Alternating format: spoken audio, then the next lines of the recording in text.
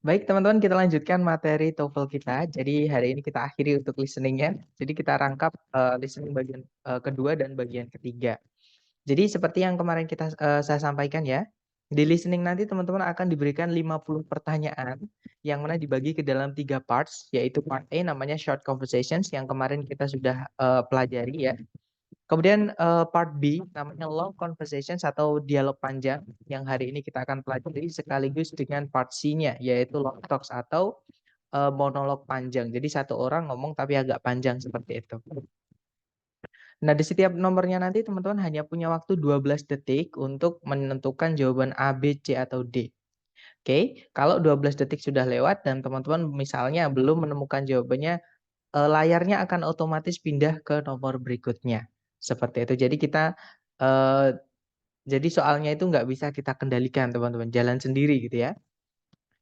Nah, kemudian kemarin kita sudah belajar tentang listening bagian pertama ya, yang mana setiap nomornya nanti teman-teman akan mendengar 2 orang, si A dan si B, cewek cowok.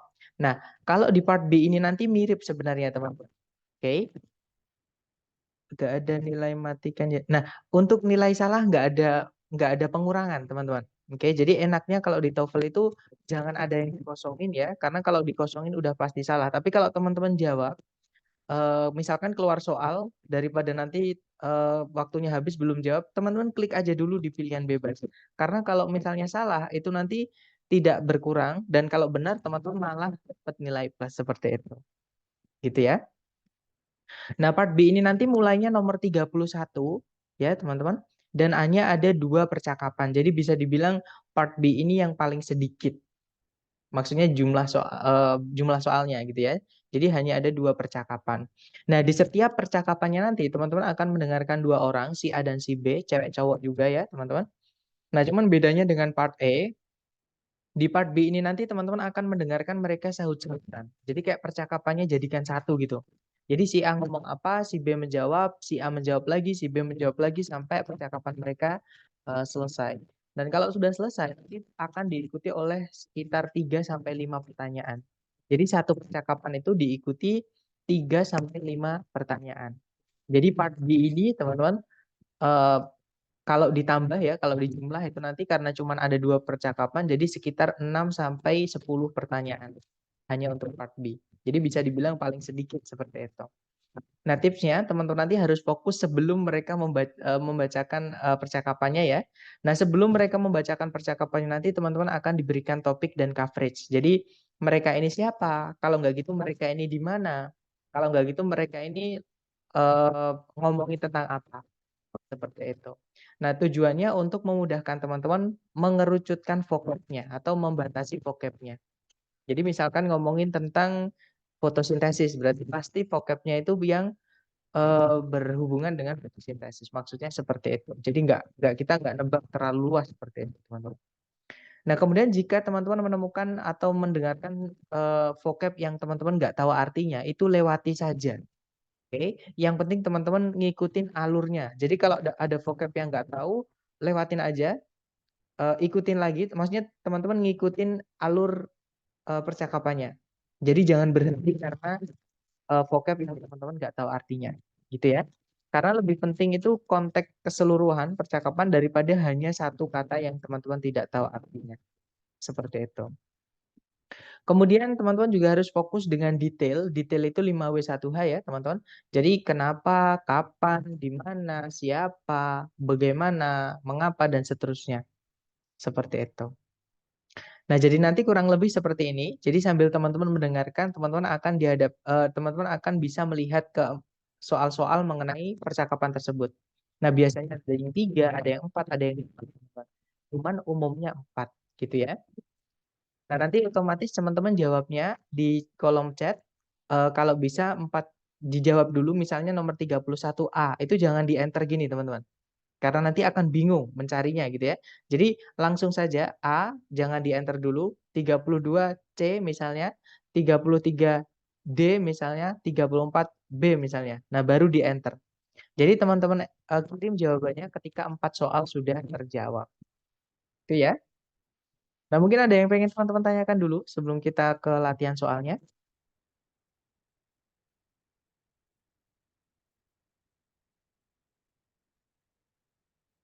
Atau kita coba ya teman-teman. Jangan takut salah, seperti biasa ya. Kita belajar, salah itu wajar. Silahkan teman-teman. Now we will begin Part B with the first conversation. Questions 31 through 34. Listen as a man and woman discuss a haircut. Hi, Bob. Your hair looks nice. It's a bit shorter than usual, isn't it? A bit shorter? I don't think so. It's a lot shorter. When I look in the mirror, I don't even know who's looking back at me. So you got your hair cut, but you didn't get the haircut that you wanted. This is not even close to the haircut that I wanted. I asked to have my hair trimmed just a little bit, and the hairstylist really went to town. When I looked down at the floor, there were piles of hair, my hair, on the floor. I couldn't believe it. Well, what did you say to the hairstylist? What could I say? The hair was already cut off. I couldn't exactly say, please put it back on, although that's exactly what I did want to say. Well, at least your hair'll grow back soon.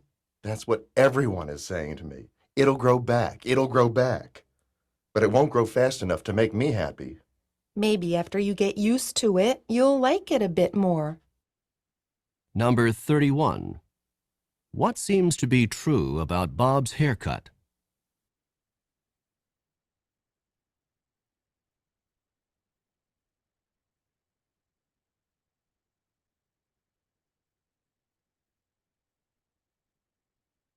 Number 32. How does Bob seem to feel about his haircut?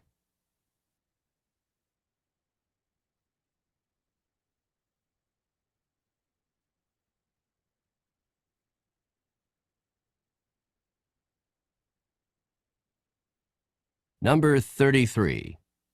What did Bob see on the floor?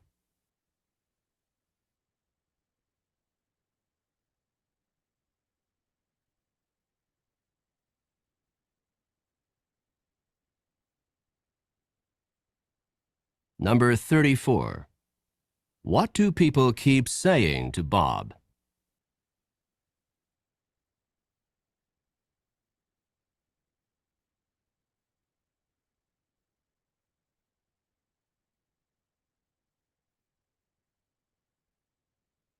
Oke, silakan kirimkan keempat jawaban teman-teman. Baik, ada jawaban AC/DC, BC/DC. Oke, ada juga ABAC, AC/DC, CDC, C apa tadi? CCDC. Oke, banyak ya teman-teman. Mari kita cocokkan bersama. Kita dengarkan dulu kembali dengan skripnya supaya mudah untuk kita bahas. Silahkan teman-teman. Hi, Bob. Your hair looks nice. It's a bit shorter than usual, isn't it? A bit shorter? I don't think so. It's a lot shorter. When I look in the mirror, I don't even know who's looking back at me. So you got your hair cut, but you didn't get the haircut that you wanted. This is not even close to the haircut that I wanted. I asked to have my hair trimmed just a little bit, and the hairstylist really went to town. When I looked down at the floor, there were piles of hair, my hair, on the floor. I couldn't believe it. Well, what did you say to the hairstylist? What could I say? The hair was already cut off. I couldn't exactly say, please put it back on, although that's exactly what I did want to say. Well, at least your hair'll grow back soon. That's what everyone is saying to me. It'll grow back. It'll grow back. But it won't grow fast enough to make me happy. Maybe after you get used to it, you'll like it a bit more. Nah, itu tadi ya, teman-teman. Jadi si cewek bilang, "Halo Bob, rambutmu kelihatan bagus. Kayaknya agak pendekan daripada biasanya ya." Kemudian Bob agak kesal, dia bilang, "Agak pendekan? Saya rasa tidak demikian. Ini tuh jauh lebih pendek. Nah, ketika aku lihat ke cermin, aku bahkan tidak mengenali siapa yang melihat ke arahku." Kemudian si cewek bilang, "Oh alah, kamu tuh ternyata potong rambut, tapi kamu nggak dapat potongan rambut yang kamu inginkan." Kemudian Bob masih kesal, dia bilang, "Ini tuh bahkan tidak mendekati potongan rambut yang saya inginkan. Nah, saya meminta supaya rambut saya itu dipangkas sedikit saja." Dan hairstylist-nya itu benar-benar, nah when to turn itu artinya overexcited teman-teman, terlalu kelepasan gitu ya, intinya dia terlalu terlalu bersemangat gitu. Nah, ketika aku melihat ke bawah ke arah lantai, ada banyak sekali tumpukan rambutku di lantai. Tak bisa aku percaya. Kemudian si cewek masih bertanya, Terus apa yang kamu katakan ke hairstylist-nya? Apa yang bisa aku katakan? Rambutnya udah dipotong semua. Aku nggak bisa bilang, tolong kembalikan lagi rambutku. Meskipun sebenarnya itu yang sebenarnya saya ingin katakan. Kemudian si cewek bilang, setidaknya rambutmu bakalan tumbuh lagi, bakalan segera tumbuh lagi kok. Nah, kemudian Bob masih kesal ya, dia bilang, itu yang orang-orang terus-menerus katakan padaku, itu bakal tumbuh lagi, itu bakal tumbuh lagi. Nah, tapi rambutku tidak akan tumbuh cukup cepat untuk membuatku senang. Kemudian si cewek bilang, mungkin setelah kamu terbiasa dengan rambut barumu, kamu akan menyukainya sedikit. Oke, kita dengarkan soal nomor 31. Number 31. What seems to be true about Bob's haircut? Nah, kira-kira bagaimana sih rambutnya Bob tadi, teman-teman? Nah, Bob tadi bilang kalau it is a bit shorter, I don't think so. It's a lot shorter. Gitu ya. Jadi ketika si ceweknya bilang, kayaknya rambutmu agak pendek kan ya? Terus Bob bilang, agak pendek kan? Saya rasa tidak demikian. Ini tuh jauh lebih pendek. Nah, berarti jawaban yang paling tepat adalah yang alpha ya, teman-teman. Karena di pilihan A, B, C, D yang menyebutkan kata short atau pendek itu cuman yang alpha. Jadi jawabannya yang alpha, the haircut is unusually short. Rambutnya Bob itu nggak biasa pendek, maksudnya pendek, sangat pendek gitu ya teman-teman. Nggak biasa pendek seperti itu. Oke, lanjut ke nomor 32. Number 32. How does Bob seem to feel about his haircut? Nah, bagaimana yang Bob rasakan tentang rambut barunya? Nah, dia tadi bilang it is not even close gitu ya to the haircut that I wanted. Bahkan bahkan tidak mendekati potong rambut yang saya inginkan. Nah, berarti jawabannya paling tepat adalah yang Charlie, teman-teman. He dislikes it immensely. Jadi Bob itu sangat membenci rambut barunya, seperti itu. Oke, lanjut lagi ke number 33. Number 33. What did Bob see on the floor? Nah, apa tadi yang Bob lihat di lantai? Nah, tadi Bob bilang, when I looked down at the floor, there were piles of hair, my hair on the floor. I couldn't believe it. Kata Bob tadi gitu ya, teman-teman. Jadi jawaban yang paling tepat adalah yang delta. Piles of his hair atau tumpukan-tumpukan rambutnya. Seperti itu. Nomor 34. Number 34. What do people keep saying to Bob? Nah, apa yang orang-orang tadi terus-menerus katakan kepada Bob? Sebenarnya untuk menghibur Bob ya, teman-teman. Nah, tadi Bob bilang, that's what everyone is saying to me. It will grow back, it will grow back. But it won't grow fast enough to make me happy. Jadi, itu yang orang-orang terus-menerus katakan padaku. Itu bakal tumbuh lagi, itu bakal tumbuh lagi. Nah, jadi jawabannya adalah yang Charlie ya, teman-teman. It will grow back. Seperti itu. Lanjut lagi ke audio kedua ya. Caranya sama teman-teman. Dijawab keempatnya dulu baru di enter gitu ya. Silahkan, jangan takut salah teman-teman. Questions 35 through 38. Listen to a conversation about a man's great-grandmother. I talked to my great-grandmother on the phone this morning. Your great-grandmother? Do you talk with her often? I try to call her at least once a week. She's a really wonderful woman, and she's over 85 years old. I enjoy talking to her because she's so understanding and because she gives me good advice. What advice did she have for you today? She told me to be careful because a big storm is coming. She said that a big storm is coming? Is she a weather forecaster? Not exactly. She says that she can feel it in her bones when a storm is coming. I know it sounds funny, but when she feels it in her bones that a storm is coming, she's usually right. That's not actually so funny. When people get older, the tissue around their joints can become stiff and swollen. Just before a storm, the air pressure often drops, and this drop in air pressure can cause additional pressure and pain in swollen joints. So when your great-grandmother tells you she thinks a storm is coming, she probably has some aching in her joints from the decreasing air pressure. Then I had better pay more attention to my great-grandmother's weather forecasts. Number 35. How often does the man usually talk to his great-grandmother?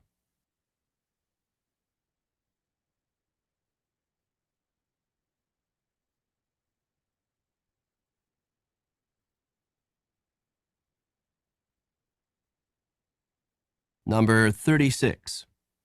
What did the man's great-grandmother tell him on the phone this morning?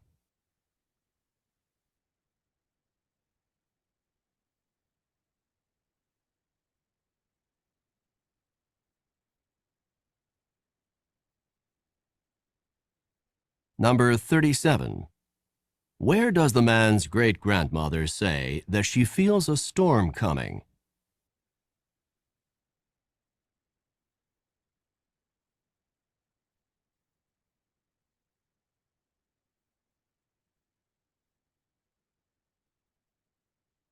Number 38.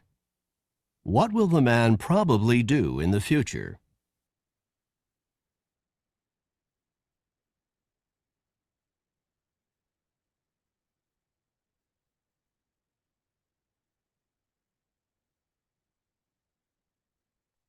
Oke, waktunya habis, teman-teman. Silahkan jawabannya dikirim di chat sedapatnya teman-teman dulu.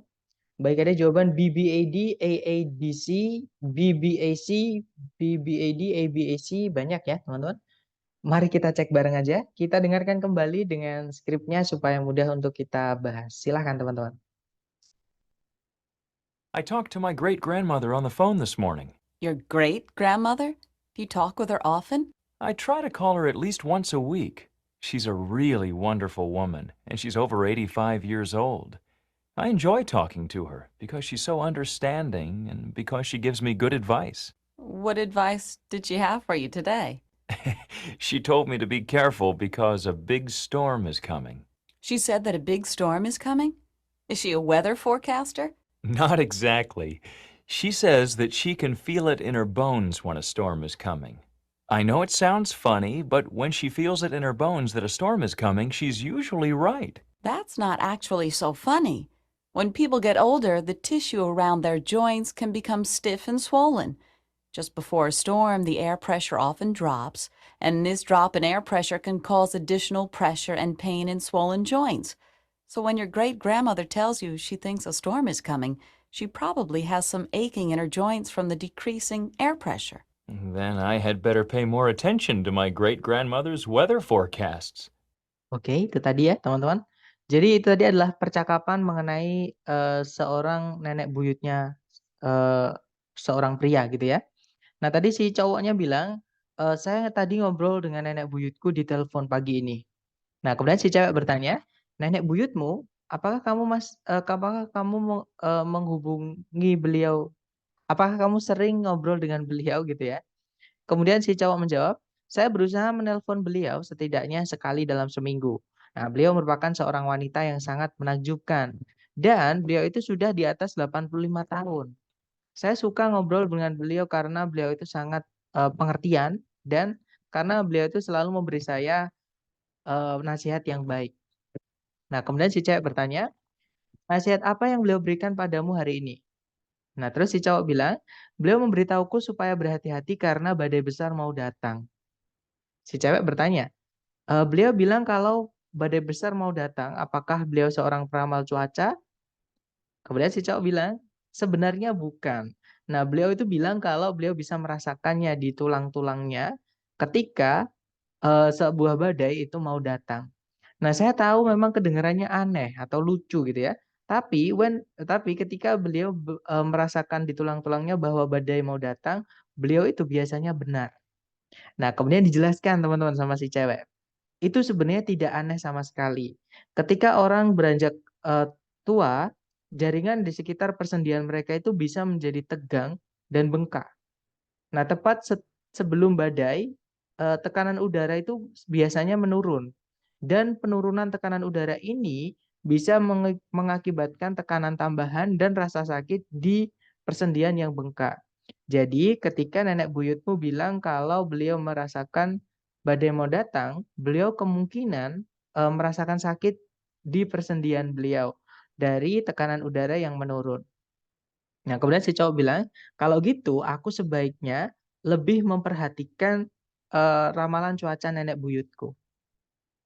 Oke, kita dengarkan number 35. Number 35. How often does the man usually talk to his great-grandmother? Nah, seberapa sering si cowok menghubungi nenek buyutnya? Tadi si cowok bilang, "I try to call her at least once a week." Gitu ya. Jadi saya berusaha menelpon beliau setidaknya sekali dalam seminggu. Ya, betul. Jawabannya adalah yang bravo ya. Every week. Setiap minggu. Seperti itu. Lanjut ke nomor 36, teman-teman. Number 36. What did the man's great-grandmother tell him on the phone this morning? Nah, apa yang nenek buyutnya si cowok katakan pada si cowok di telepon tadi pagi?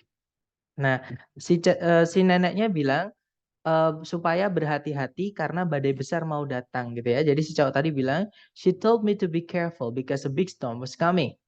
Seperti itu. Nah, berarti jawabannya yang tepat adalah yang bravo, betul, that a storm was coming. Bahwa sebuah badai mau datang gitu ya. Lanjut lagi ke number 37. Number 37. Where does the man's great-grandmother say that she feels a storm coming? Nah, jadi di manakah nenek buyutnya si cowok berkata kalau beliau merasakan badai mau datang? Di tulang-tulangnya atau in her bones. Ya, betul. Jawabannya yang alpha, teman-teman. In her bones. Seperti itu ya. Terakhir, nomor 38. Number 38. What will the man probably do in the future? Nah, kira-kira apa yang bakal dilakukan sama si cowok di masa yang akan mendatang?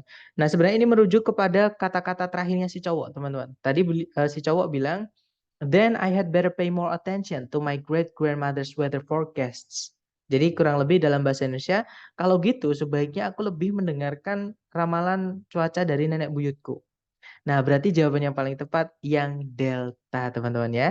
Believe his great-grandmother's prediction about the weather. Jadi mempercayai prediksi mengenai cuaca dari nenek buyutnya. Seperti itu.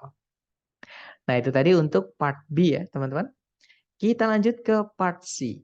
Nah, kalau di part B tadi hanya ada 2 conversation, di part C itu nanti akan ada 3 talks. Sebenarnya bukan conversation ya, tapi talks, teman-teman.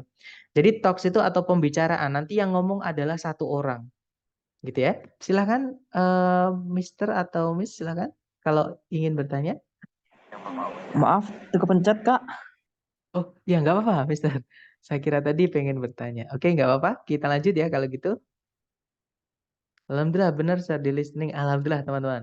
Lebih lambat dari yang saya dengar di konten lainnya. Kenapa gitu ya? Eh, saya baru tahu juga, Miss. Tapi saya nggak mengedit temponya ya, teman-teman. Jadi temponya sudah saya samakan seperti itu. Jadi nggak tahu kalau lebih lambat. Tapi memang gini ya, di listening itu kita nggak bisa bilang ketika tes itu kadang lebih lambat, ketika tes lebih cepat, itu nggak bisa teman-teman.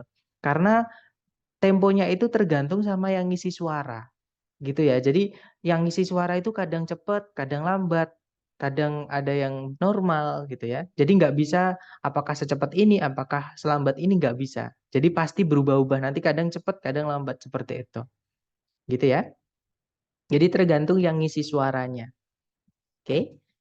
Nah, kita kembali lagi ke penjelasan tadi. Jadi di part C nanti di setiap audionya teman-teman akan mendengarkan satu orang ngomong. Jadi kayak kita dengerin dosen menjelaskan gitu ya, teman-teman menggunakan bahasa Inggris. Nah, kemudian nanti setelah penjelasannya selesai atau talks-nya selesai, teman-teman akan diberikan sekitar 4 pertanyaan. Walaupun kadang ada yang 3, ada yang 5. Tapi umumnya 4, teman-teman. Gitu ya. Jadi nanti cara menjawabnya sama. Teman-teman kirim ketika 4 soalnya sudah terjawab. Nah, kemudian tidak jauh dengan part B sebenarnya, teman-teman. Jadi sebenarnya bedanya cuman yang teman-teman dengarkan nanti hanya satu orang menjelaskan tentang topik ilmiah gitu ya. Jadi lebih vocabnya lebih tinggi. Cuman menurut saya penyampaian lebih mudah karena satu orang, bukan 2 orang. Jadi nggak saut-sautan, tapi cukup kita mendengarkan sudut pandang dari satu orang saja. Itu lebih mudah menurut saya. Seperti itu. Nah, cuman di sini vocabnya ya, teman-teman. Jadi topik dan coverage-nya nanti akan disebutkan di sebelum teman-teman mendengarkan satu orang yang berbicara tersebut. Jadi yang akan dibicarakan itu tentang apa? Kalau nggak gitu sih yang akan bicara itu siapa atau di kelas apa atau di situasi apa, di mana seperti itu. Itu untuk membantu teman-teman menentukan vocab yang dipakai seperti itu. Nah, kemudian daripada vocab yang tidak teman-teman tahu, teman-teman fokus saja pada seluruh konteks. Jadi konteks keseluruhan. Jadi orang ini ngomongin ini, kemudian ngomongin ininya ini. Terus ngomongin lanjutannya berarti ini dan seterusnya. gitu ya. Kalau ada vocab nggak tahu lewatin aja teman-teman, karena bisa kita cocokologi dengan keseluruhan teks seperti itu. Nanti kayaknya di soal ini akan ada maksud saya gitu ya. Nah, kemudian teman-teman juga harus fokus dengan detail. Otomatis di sini nanti teman-teman akan fokus dan konsentrasinya teman-teman nanti akan dites. Karena detail itu 5W1H kadang menanyakan tahun, sedangkan di pembicaraan itu ada beberapa tahun yang disebutkan. Gitu ya. Jadi memang harus fokus, kalau teman-teman fokus dan konsentrasi akan otomatis ingat. Apalagi paham gitu ya. Fokus, konsentrasi, dan kalau sudah paham, teman-teman nanti akan ingat ketika menemukan pertanyaan mengenai detail. Seperti itu. Nah, silahkan teman-teman coba dulu, jangan takut salah ya teman-teman. Sebentar, mesti dicatat ya Mister 5W1-nya. Nah, untuk mencatat ini sangat tidak saya rekomendasikan teman-teman. Saya sendiri, tapi nggak tahu ya, mungkin teman-teman ada yang merasa lebih mudah dicatat, saya nggak tahu. Tapi selama ini saya mencoba sambil mendengarkan, sambil mencatat itu lebih sulit teman-teman. Daripada ketika teman-teman sambil mendengarkan misalnya buka Pinterest, buka Instagram. Karena kadang saya tes itu sambil dengerin saya buka, kadang buka balas WA, tapi itu masih paham. Tapi ketika sambil nyatat, nggak tahu kenapa teman-teman, itu buyar. Apa namanya? Kayak konsentrasinya itu kayak pecah gitu. Gitu ya. Jadi mungkin karena kita konsentrasi nulis, terus akhirnya ketinggalan audionya, atau kita atau mungkin karena saya juga belum terbiasa kayak gitu ya. Cuman yang saya sarankan tidak menggunakan cara tersebut. Atau teman-teman boleh coba deh, kalau menurut teman-teman sambil mencatat itu, enak, berarti memang teknik itu khusus buat teman-teman bagus. Tapi kalau saya lihat dari teman-teman yang di sini dan member-member saya dulu memang sambil mendengarkan, sambil mencatat itu tidak menguntungkan teman-teman, justru malah sulit, gitu ya. Atau teman-teman boleh coba nanti ya, misalkan misalkan satu soal ini dicatat, nanti yang berikutnya itu tidak dicatat, kira-kira enak yang mana? Seperti itu. Atau teman-teman coba dulu, silakan, jangan takut salah. Monggo teman-teman. Now we will begin Part C with the first talk. Questions 39 through 42. Listen to a talk by a tour guide in the Everglades National Park. Today we're going to be taking a tram tour through part of the Everglades National Park. Quite probably we'll be seeing a number of crocodiles sunning themselves by the side of the water or poking their heads up through the water. Needless to say, we will not be getting off the tram at any time until we leave the area because of the danger posed by the crocodiles. By the way, you've probably heard of the expression crying crocodile tears. It is common to say that someone is crying crocodile tears when he or she is pretending to be sad or full of regret. Crocodiles always appear to have tears in their eyes, but they are not crying because of sadness or even pretended sadness. Instead, a crocodile uses its tear ducts to get rid of extra salt from its body. A crocodile does not sweat the same way that humans do and must get rid of extra salt through tears. So if you see a crying crocodile, do not think that it's feeling sad. It is basically sweating through its eyes. Look, over there on the right. There are two large crocodiles on the water's edge, right next to the fallen trees. You can get out your cameras and take pictures from here on the tram, but no, you cannot get off the tram to get any closer. Number 39. Where does this talk take place?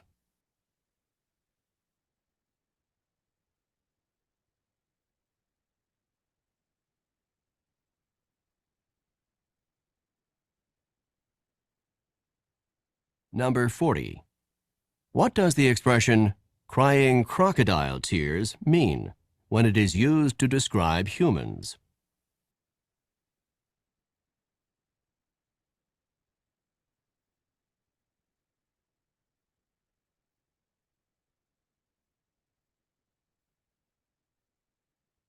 Number 41.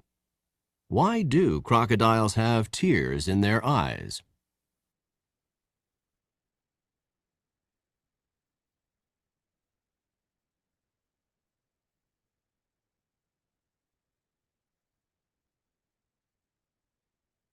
Number 42. What does the tour guide recommend?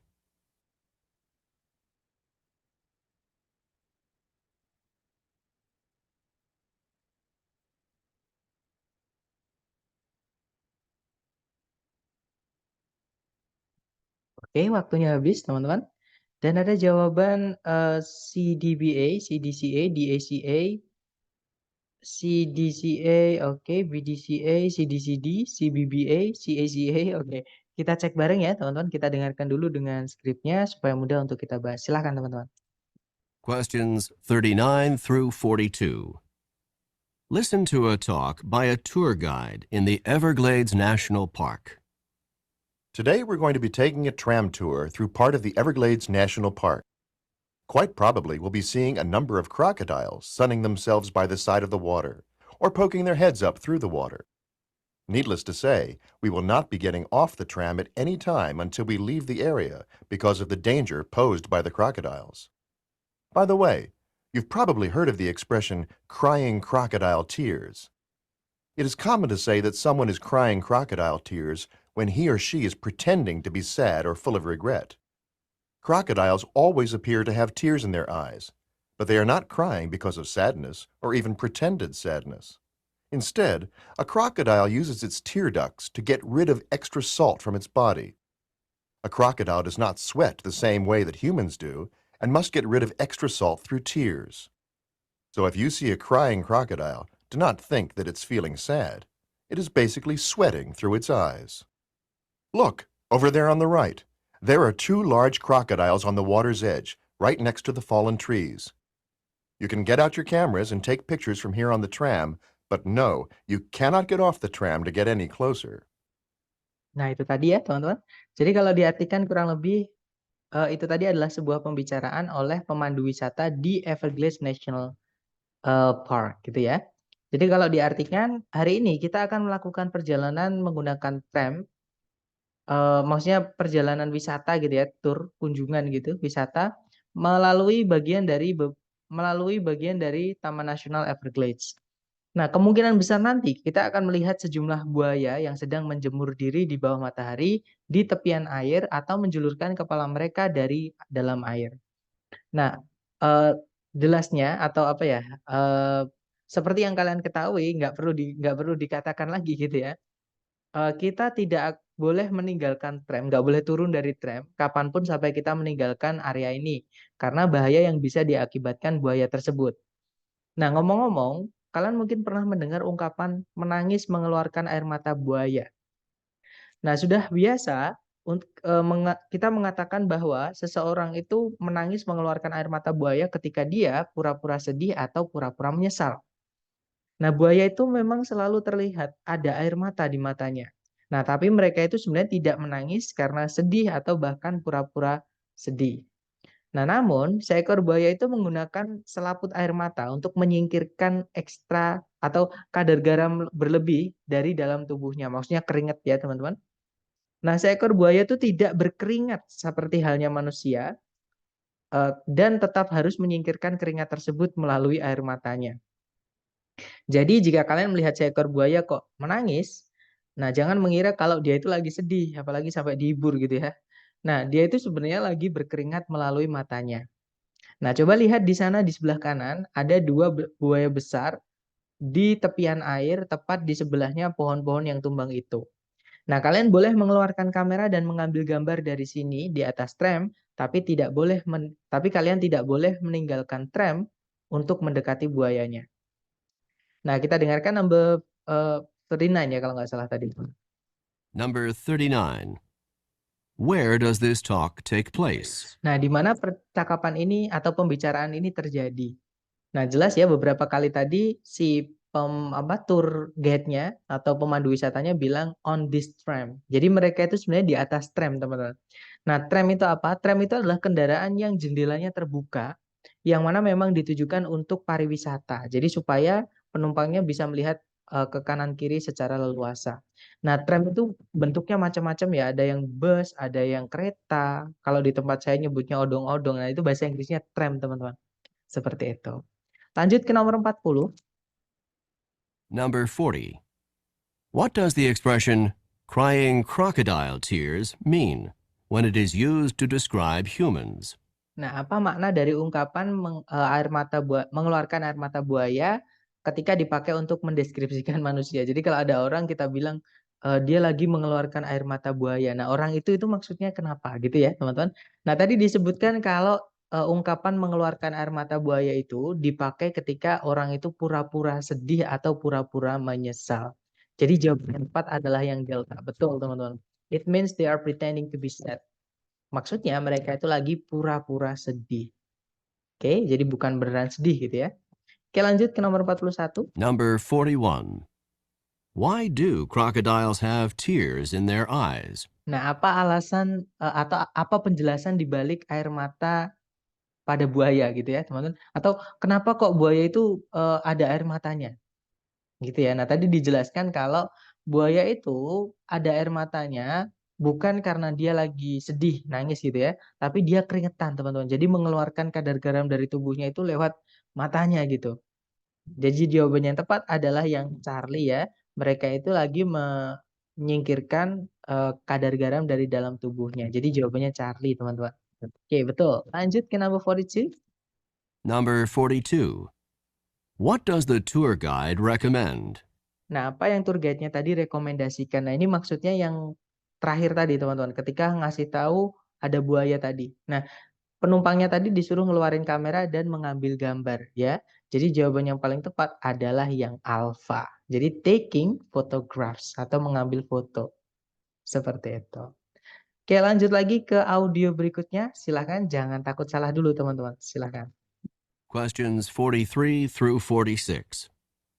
Listen to the following lecture by a university professor.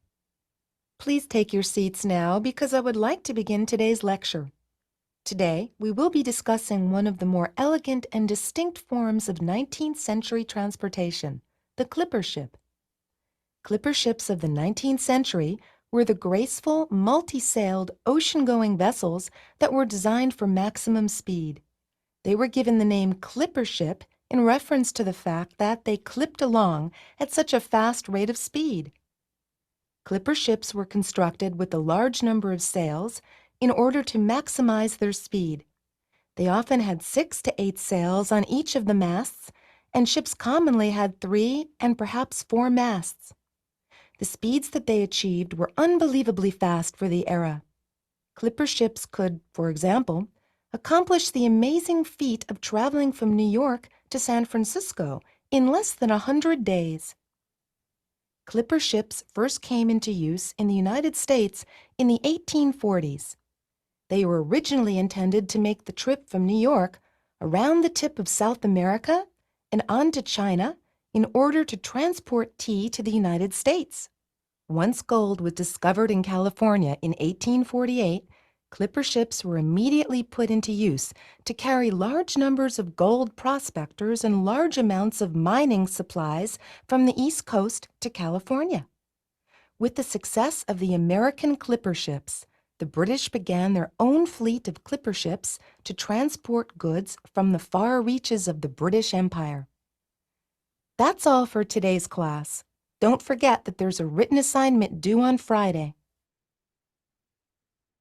Number 43. In which course would this lecture most probably be given?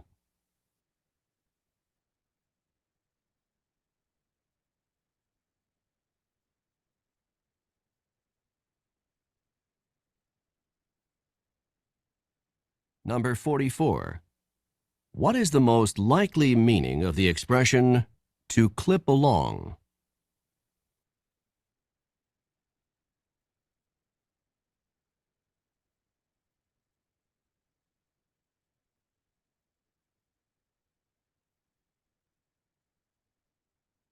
Number 45. What were clipper ships first used for in the United States?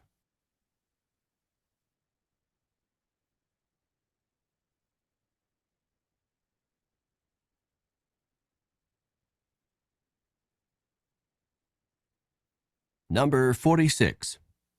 What does the professor remind the students about?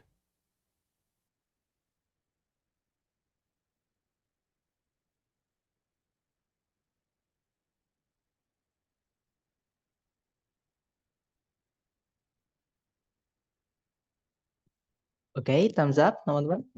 Dan ada jawaban Alpha Bravo Bravo Alpha, Charlie Charlie Delta Bravo, CDAA, CBDA, CBDD, CBAB, ACBA. Banyak ya. Kita cek bareng teman-teman. Kita dengarkan kembali dengan skripnya. Silahkan. Questions 43 through 46. Listen to the following lecture by a university professor.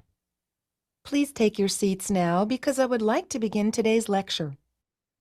Today, we will be discussing one of the more elegant and distinct forms of 19th century transportation, the clipper ship. Clipper ships of the 19th century were the graceful, multi-sailed, ocean-going vessels that were designed for maximum speed. They were given the name clipper ship in reference to the fact that they clipped along at such a fast rate of speed. Clipper ships were constructed with a large number of sails in order to maximize their speed. They often had 6 to 8 sails on each of the masts, and ships commonly had 3 and perhaps 4 masts. The speeds that they achieved were unbelievably fast for the era. Clipper ships could, for example, accomplish the amazing feat of traveling from New York to San Francisco in less than 100 days. Clipper ships first came into use in the United States in the 1840s. They were originally intended to make the trip from New York around the tip of South America and on to China in order to transport tea to the United States. Once gold was discovered in California in 1848, clipper ships were immediately put into use to carry large numbers of gold prospectors and large amounts of mining supplies from the East Coast to California. With the success of the American clipper ships, the British began their own fleet of clipper ships to transport goods from the far reaches of the British Empire. That's all for today's class.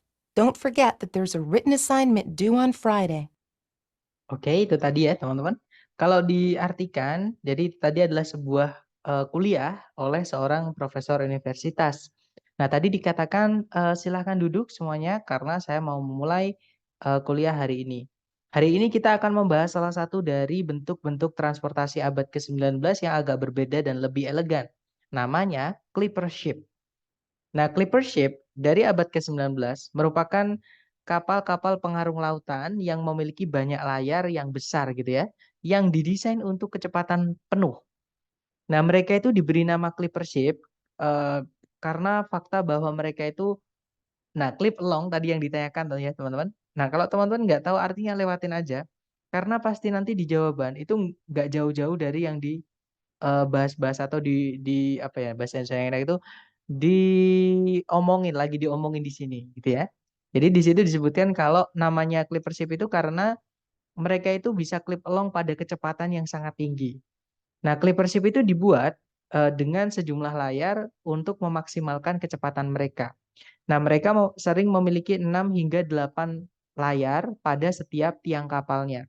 Dan kapal-kapal itu umumnya memiliki 3 dan mungkin 4 tiang kapal. Kecepatan yang mereka bisa capai itu sangatlah tidak bisa dipercaya cepat. Maksudnya sangatlah cepat gitu ya untuk eranya. Nah, clipper ship itu bisa contohnya menyelesaikan tugas perjalanan yang menakjubkan dari New York menuju San Francisco dalam kurang dari 100 hari. Nah, clipper ship sendiri pertama kali digunakan di Amerika Serikat itu di tahun 1840-an. Nah, mereka itu atau clipper ship itu awalnya dimaksudkan untuk melakukan perjalanan dari New York mengelilingi ujung Amerika Selatan dan lanjut menuju Cina untuk mengangkut teh ke Amerika Serikat. Nah, ketika emas ditemukan di California di tahun 1848, clipper ship langsung dialihfungsikan untuk mengangkut pencari emas besar-besaran gitu ya, dan membawa juga persediaan tambang yang banyak dari pantai timur menuju California.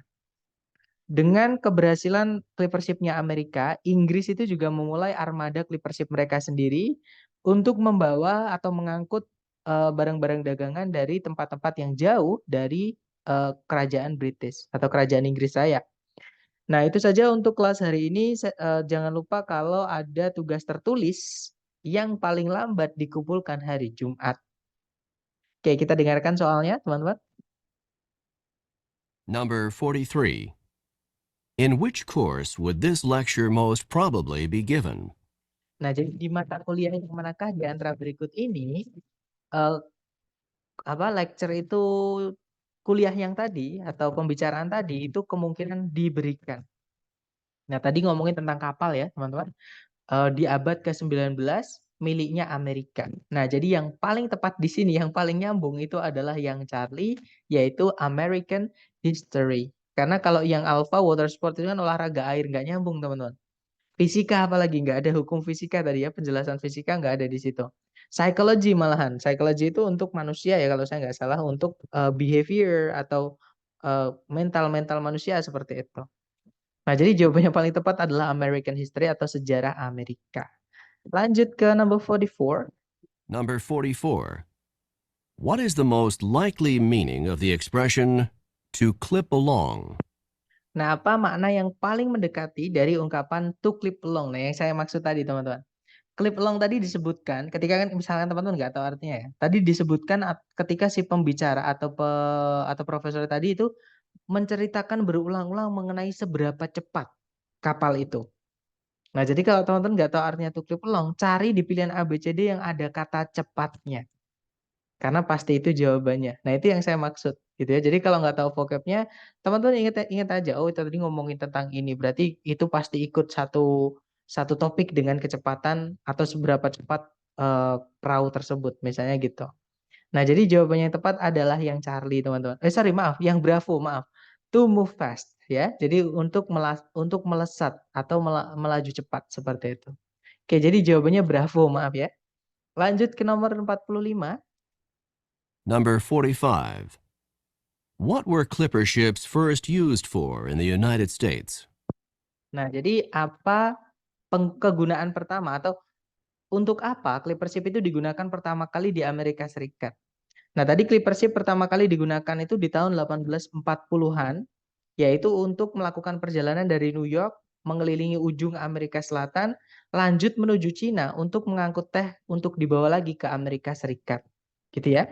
Nah, jadi jawabannya yang paling tepat itu adalah yang alfa, teman-teman. Untuk mengangkut teh dari Cina gitu ya. Kalau yang Bravo untuk mengangkut emas ke California. Nah, emasnya tadi itu ditemukannya di California, masa emasnya diangkut ke California? Kan kebalik jadinya gitu ya. Bravo bukan. Kalau yang Charlie untuk melakukan perdagangan dengan Inggris, bukan ya teman-teman. Inggris tadi itu disebutkan karena dia juga ngelirik gitu ya. Ngelirik armada miliknya Amerika Serikat, jadi mereka pengen juga seperti itu. Kalau yang Delta untuk mengarungi sistem sungai Amerika, bukan ya teman-teman, karena dijelaskan tadi clipper ship itu adalah ocean going vessel, jadi kapal yang dipakai untuk laut, bukan di sungai, seperti itu. Oke, jadi jawaban yang paling tepat adalah yang alfa. Kemudian di tahun 1848 tadi ya emas ditemukan di California, akhirnya dialihfungsikan. Nah, di sini yang ditanyakan adalah yang pertama. Yang pertama tadi untuk mengangkut teh dari Cina. Lanjut ke nomor 46. Number 46. 6. What does the professor remind the students about? Oke, apa yang profesornya ingatkan kepada mahasiswanya? Dan ada pertanyaan juga, kalau lupa detail ceritanya gimana triknya? Nah, sebenarnya, oke, nanti saya jelaskan teman-teman. Saya jawab ini dulu ya. Jadi yang di akhir-akhir tadi, profesornya bilang, don't forget that there is a written assignment due on Friday. Jangan lupa kalau ada tugas tertulis yang paling lambat dikumpulkan hari Jumat. Jadi jawaban yang paling tepat itu adalah yang delta. Ya teman-teman, yaitu some written homework. Jadi PR tertulis, bukan kuis hari Jumat. Jadi di sini tuh yang Bravo buat pengecohnya adalah kata Jumatnya. Nah, cuman bukan kuis ya, tapi PR tertulis seperti itu. Jadi ada tugas tertulis seperti itu. Nah, kalau kita lupa gimana? Nah, gini teman-teman. Sebenarnya kalau teman-teman nanti misalnya bisa memahami keseluruhan utuh, itu tidak akan lupa. Saya jamin teman-teman. Nah, biasanya kalau kita lupa itu karena kita kita ragu. Jadi kayak alam bawah sadar kita itu ragu. Ini tuh artinya ini atau bukan. Ini atau ini gitu. Jadi memang saran saya teman-teman latih fokus dan konsentrasi teman-teman dalam memahami. Ketika teman-teman latihan, teman-teman ulang-ulang nggak apa-apa. Nah, ketika teman-teman udah terlatih fokus dan konsentrasi, teman-teman pecah konsentrasinya pun, fokusnya pun masih tetap akan paham. Nah, setidaknya itu yang saya rasakan, teman-teman. Jadi, saya dulu juga payah, pertama baru kenal TOEFL, belum pernah ambil kursusnya, belum, apa namanya, intinya saya nggak tahu gitu ya, TOEFL itu apa, ketika di listening saya juga payah, teman-teman, karena kaget gitu. Sebelumnya belum pernah ada tes seperti ini, ada tes seperti ini. Jadi, tapi sekarang ketika tes, saya sambil buka Pinterest, saya sambil buka Instagram, saya sambil buka WA, kadang membalas WA gitu ya, itu masih bisa paham, seperti itu. Jadi memang saran saya kepada teman-teman adalah dilatih fokus dan konsentrasinya sekaligus rekognisi dan poker. Nah, itu bisanya dari mana? Dari latihan. Kalau teman-teman nanti bisa memahami teksnya, tidak akan lupa, teman-teman. Pasti langsung dapat soal ini, oh tadi ini. Itu akan otomatis seperti itu. Jadi jangan mengingat-ingat ya, teman-teman, jangan berusaha mengingat-ingat, pahami aja. Jadi pahami aja, oh tadi yang diomongin ini tuh begini, ini tuh begini, begini, oh lanjutannya begini, sampai begini, seperti itu. Sir, apakah nanti pas ujian pilihan jawabannya ditampilkan saat audio berbunyi? Jawabannya ditampilkan. Nah, kalau sekarang di tahun 2024 itu malah soalnya juga ditampilkan, teman-teman. Kalau 2023 kemarin soalnya tidak ditulis. Kira-kira dari pengalaman misalnya berapa lama waktunya untuk terbiasa dengan listening ini?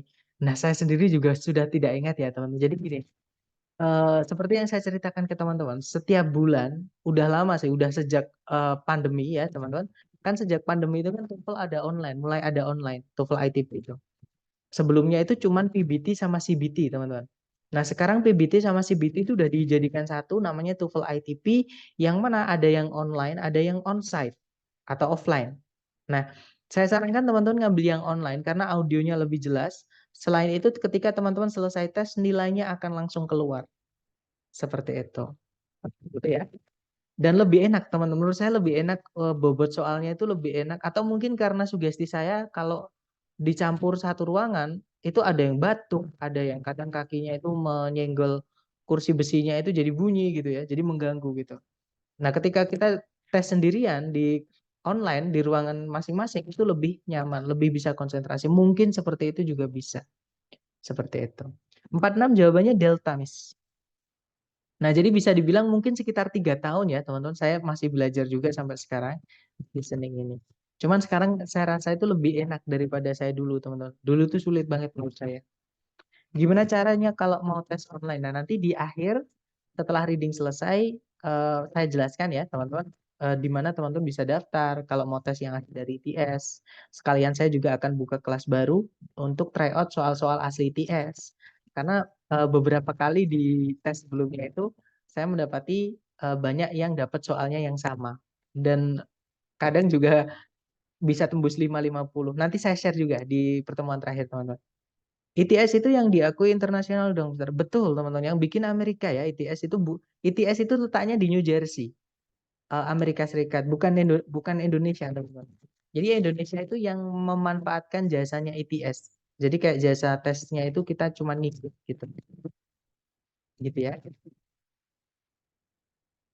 Oke, kita lanjut lagi dulu ke percakapan terakhir. Kalau aku buat latihan listening, lihat film Inggris terus pakai subtitle, nggak apa-apa, itu bagus, teman-teman. Atau enggak nonton kartun Inggris terus nyalakan subtitle, itu bagus, teman-teman. Oke. Untung-untung teman-teman, atau kalau misalkan teman-teman misalnya ya ada yang punya anak balita atau anak kecil gitu ya, biasakan seperti itu. Karena banyak sekali saya dapat testimoni, ini bukan saya yang nyuruh ya, mereka yang ngasih saya testimoni, teman-teman. Video anaknya itu ditunjukin ke saya, bahasa Inggrisnya itu keren sekali, teman-teman. Jadi speakingnya itu keren sekali karena mereka menirukan lewat tontonan mereka sehari-hari. Bahkan mereka itu kalau saya diceritain ya, kan umurnya udah 8 tahun, 9 tahun gitu waktu itu tuh. Mereka itu katanya lebih nyaman ngobrol dengan orang yang internasional, maksudnya orang yang berbahasa Inggris daripada orang yang berbahasa Indonesia. Anak kecilnya ini, ibunya itu nggak bisa bahasa Inggris, teman-teman. Nah, tapi anaknya itu pinter banget. Bahasa Inggrisnya, speakingnya itu bagus banget. Seperti itu. Nah, kalau sumber film itu banyak banget, teman-teman. Saya biasanya juga download film, tapi sekarang udah lama nggak download ya. Kayaknya memang udah diblokir. Jadi film itu kalau nggak salah sumbernya banyak banget. seperti itu. Saya masih nyimpen juga banyak sekali film dan dulu waktu saya ngajar di sebelum ada online, saya ngajar itu menggunakan metode yang namanya independent movie study. Jadi sebenarnya bukan independen juga sih. Jadi kayak directed juga, teman-teman. Jadi nonton film, kemudian mereka dipancing mengutarakan apa yang mereka rasakan tentang film dan kita belajar mengenai film itu. Jadi para member itu kayak nggak ngerasa disuruh ngomong, tapi mereka kayak terpancing ngomong sendiri. Jadi pengen ngomong sendiri karena ada kesan dari film tersebut yang mereka pengen sampaikan. Seperti itu. Jadi saya dulu pakai itu, teman-teman. Oke, nanti coba. Tapi kalau di TOEFL tidak saya sarankan ya, teman-teman. Kalau teman-teman fokusnya belajar TOEFL, batasi medianya. Saran saya hajarnya di latihan. Gitu ya. Karena di film dengan di apa? TOEFL itu cakupannya beda. Film itu kan hiburan, teman-teman. Kadang ada namanya fiksi. Nah, fiksi itu nggak nyambung dengan kenyataan biasanya. Nah, sedangkan di TOEFL itu pasti akademik dan ilmiah, yang mana itu fakta. Jadi kalau saran saya kalau teman-teman memang fokusnya ke TOEFL, untuk melatihnya jangan ke mana-mana dulu, ya latihan TOEFL itu teman-teman. Tapi kalau teman-teman hanya listening secara liar, maksudnya hanya pengen bisa listening, bisa mengomong, pakai film, pakai lagu, pakai apa lagi, banyak puisi, kalau teman-teman suka puisi gitu ya, atau baca novel, seperti itu. Gitu ya. Untung-untung teman-teman ikut Omegle itu, Ome TV atau apa itu saya pernah dengar. Itu banyak yang mereka itu belajar bahasa-bahasa asing banyak sekali untuk itu. Ya betul. Kalau misalkan fokus untuk beasiswa, saran saya fokuskan dulu dengan TOEFL-nya seperti itu. Oke, untuk percakapan terakhir silakan teman-teman. Questions 47 through 50. Listen to the following talk by a drama coach to a group of actors. I know that some of you are feeling more than a little nervous about tonight's performance, and I want you to understand that this is quite a natural feeling. You are going to be on stage in front of a lot of people tonight, and it's normal to be experiencing some nerves. I would like to help you to understand these feelings and not let them interfere with your performance. What you are experiencing is called stage fright. Stage fright is the fear that develops before you give a performance in front of an audience. Stage fright is not experienced just by actors and actresses. It can also be experienced by musicians, athletes, teachers, anyone who performs in front of a group of people. It occurs before a performance when a performer is concerned about looking foolish in front of others. Just before tonight's performance, if you're feeling a bit tense, if your knees are shaking, if your stomach has butterflies in it, and if you are thinking about how bad your performance could be, then you have a major case of stage fright. To control stage fright, you can work to control both the physical reactions and the negative thoughts. To combat the physical reactions, you can try techniques such as deep breathing, muscle relaxation, or even just laughing to relieve some of the pressure. To combat the negative thoughts, you should force yourself to focus on what you have to do, rather than on what other people are going to think. That's all I have to say for now. I'll see you back here at 6 o'clock, because the performance starts at 8 o'clock. Just remember that if you begin to feel at all nervous, try some deep breathing to relax and focus your thoughts on the performance that you are about to give. See you this evening. Number 47. Who would probably not experience stage fright in their work?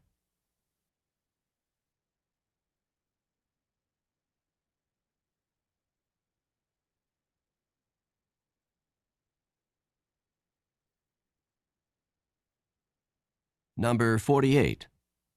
What physical reaction might someone who is experiencing stage fright commonly have?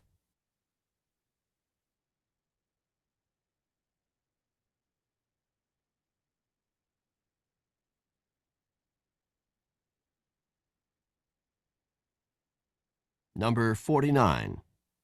How can someone combat the negative thoughts associated with stage fright?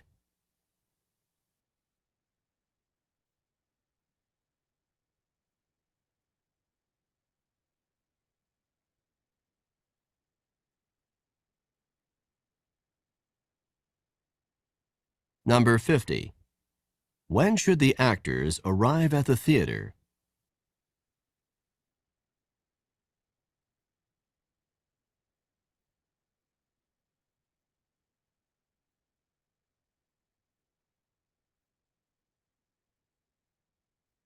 Oke, waktunya habis dan kita cek jawaban teman-teman ya. Seperti biasa, kita dengarkan dulu audio dan skripnya supaya mudah untuk kita bahas, teman-teman. Silakan. Questions 47 through 50. Listen to the following talk by a drama coach to a group of actors. I know that some of you are feeling more than a little nervous about tonight's performance, and I want you to understand that this is quite a natural feeling. You are going to be on stage in front of a lot of people tonight, and it's normal to be experiencing some nerves. I would like to help you to understand these feelings and not let them interfere with your performance. What you are experiencing is called stage fright. Stage fright is the fear that develops before you give a performance in front of an audience. Stage fright is not experienced just by actors and actresses. It can also be experienced by musicians, athletes, teachers, anyone who performs in front of a group of people. It occurs before a performance when a performer is concerned about looking foolish in front of others.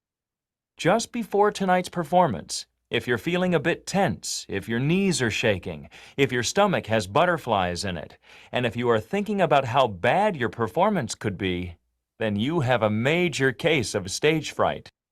To control stage fright, you can work to control both the physical reactions and the negative thoughts. To combat the physical reactions, you can try techniques such as deep breathing, muscle relaxation, or even just laughing to relieve some of the pressure. To combat the negative thoughts, you should force yourself to focus on what you have to do, rather than on what other people are going to think. That's all I have to say for now. I'll see you back here at 6 o'clock, because the performance starts at 8 o'clock. Just remember that if you begin to feel at all nervous, try some deep breathing to relax, and focus your thoughts on the performance that you are about to give. See you this evening. Nah, itu tadi ya, teman-teman. Jadi kalau diartikan kurang lebih, itu tadi sebuah pembicaraan oleh seorang pelatih drama kepada sekelompok peraganya atau aktornya gitu ya.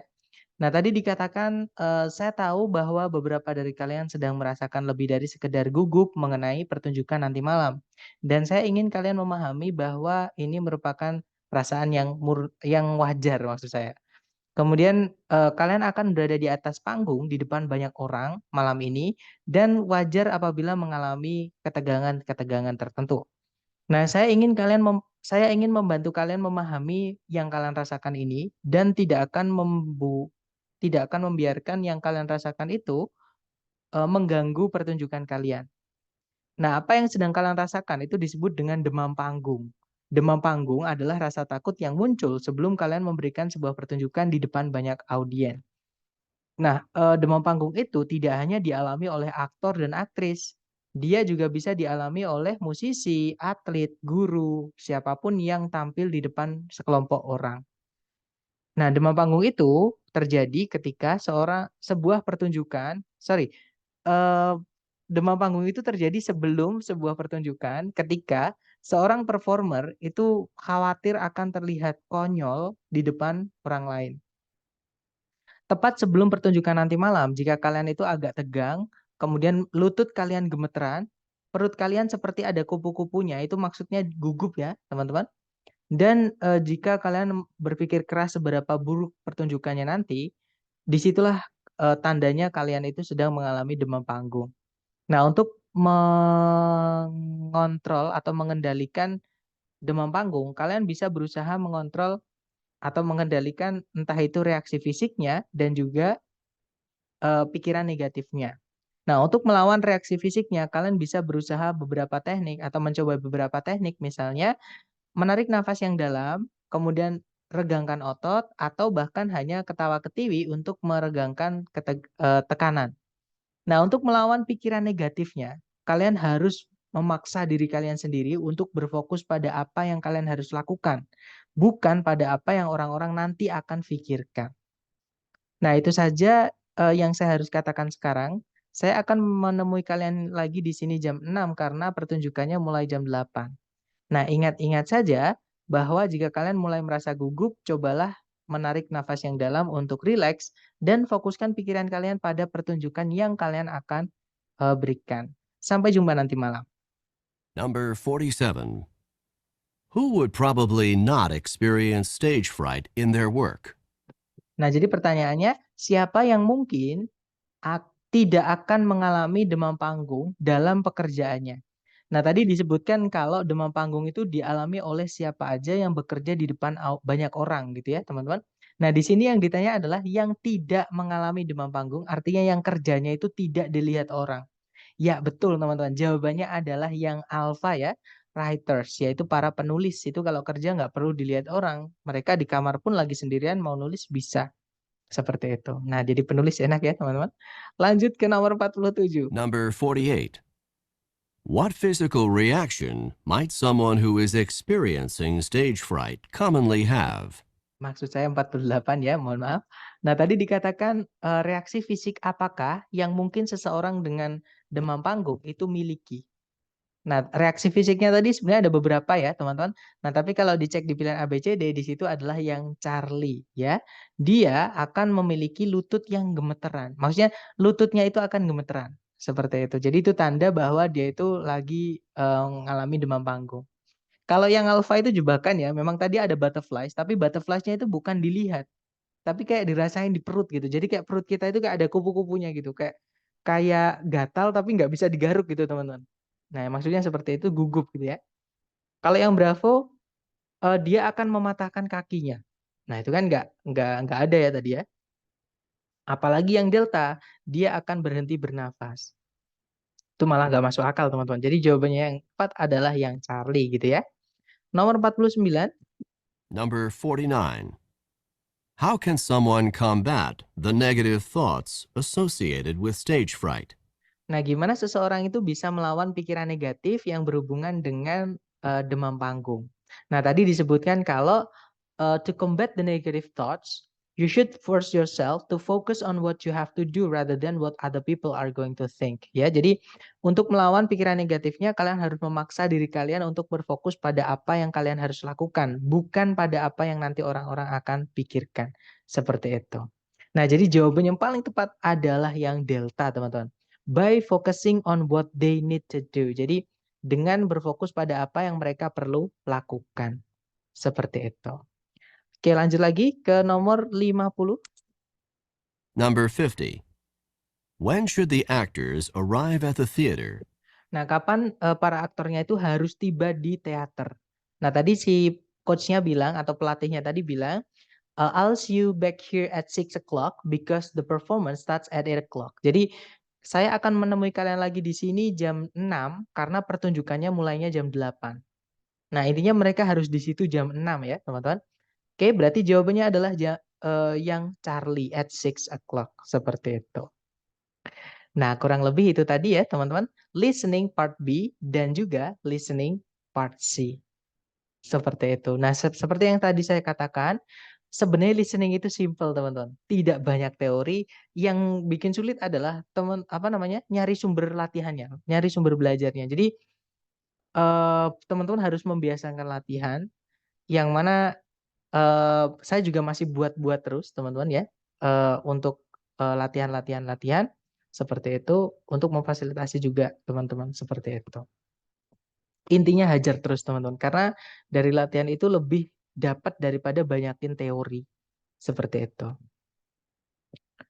Gimana? Mungkin ada yang pengen teman-teman tanyakan dulu sebelum kita tutup?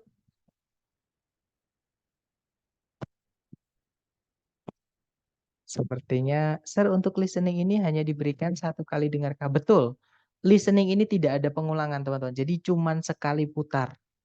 Oke, tidak bisa kita pause, nggak bisa kita replay ya. Jadi audionya itu kita nggak punya kendali, teman-teman, nggak punya kontrol. Jadi yang mengendalikan nanti adalah memang aplikasinya. Apakah skripnya dilihatin seperti ini? Tidak ada, teman-teman. Jadi ketika tes itu tidak ada skripnya. Seperti itu. Untuk soal tipe ini tadi, 4 soal langsung muncul atau satu-satu. Nah, ketika teman-teman mendengarkan percakapan panjangnya atau pembicaraan panjangnya yang lama tadi, itu soalnya akan ditampilkan dulu. Dan itu teman-teman nggak bisa klik. Kalau ngambil yang online itu nggak bisa dijawab. Tapi teman-teman masih bisa ingat-ingat, oh tadi ini, itu masih bisa. Gitu ya. Nah, baru nanti ketika muncul satu persatu, itu baru bisa diklik. Dan ada waktunya nanti 12 detik per soal. Seperti itu. Atau hanya audio? Maksudnya apakah hanya audio, teman-teman?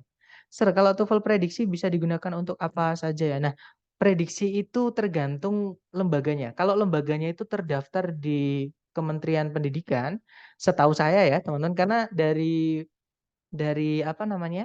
Testimoni sebelum-sebelumnya itu banyak yang bilang katanya bisa dipakai untuk CPNS. Nah, CPNS ya, teman-teman, BUMN pun itu beberapa. Kalau BUMN hanya beberapa saja. Jadi tergantung, ada BUMN itu yang terima prediksi, ada yang harus asli gitu ya. Jadi tergantung BUMN-nya. Tapi kalau CPNS katanya bisa. Kalau prediksi yang pasti lembaganya terdaftar di Kementerian Pendidikan seperti itu. Tapi kalau untuk LPDP prediksi tidak bisa, teman-teman. Terutama LPDP ke luar negeri gitu ya. Jadi nggak bisa, harus dari ITS. Kemudian atau hanya sebentar, tadi mana ya? Oh ini, boleh difoto nggak soalnya waktu muncul di awal? Teman-teman tidak akan boleh mengambil soalnya. Itu nanti langsung didiskualifikasi kalau teman-teman ketahuan ngambil soalnya. Cuman saya kok bisa dapat, nanti saya ceritain di akhir, teman-teman. Kok saya bisa dapat soal-soal dari ITS dari mana? Di akhir nanti saya spill ya. LPDP harus lembaga resmi, betul teman-teman. LPDP itu harus lembaga resmi yang terafiliasi dengan ITS. Jadi di Indonesia ini ada banyak sekali. Nanti saya share juga linknya kalau teman-teman misalkan pengen penasaran, kalau caranya daftar yang asli dari ITS itu gimana sih? Nah, nanti saya share juga di akhir ya, tapi teman-teman kita fokus dulu dengan materi-materinya seperti itu. Nah, besok kita akan lanjut ke reading hari Jumat. Kemudian insya Allah hari Sabtu kita akan tabrak, teman-teman.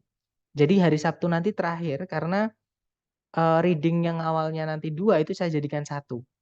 Jadi besok reading pertama, kemudian reading 2 dan 3 itu saya jadikan 1 juga. Jadi Sabtu itu nanti terakhir gitu ya, teman-teman. Maksudnya pertemuan kita terakhir. Nanti setelahnya yang saya sampaikan sebelumnya ada kelas tambahan untuk kalau teman-teman mau ikut, ada tryout dan pembahasannya seperti itu. Intinya semangat gitu ya belajarnya, teman-teman. Akan jadi sugesti kalau teman-teman merasa sulit, jadi sulit beneran. Tapi kalau teman-teman merasa suka, itu nanti akan terasa gampang. Walaupun sulit akan terasa gampang, seperti itu. Yap, semangat teman-teman. Terima kasih atas kehadirannya hari ini. I'll see you again next time. The last I say, Assalamualaikum warahmatullahi wabarakatuh and have a good night guys. See you next time.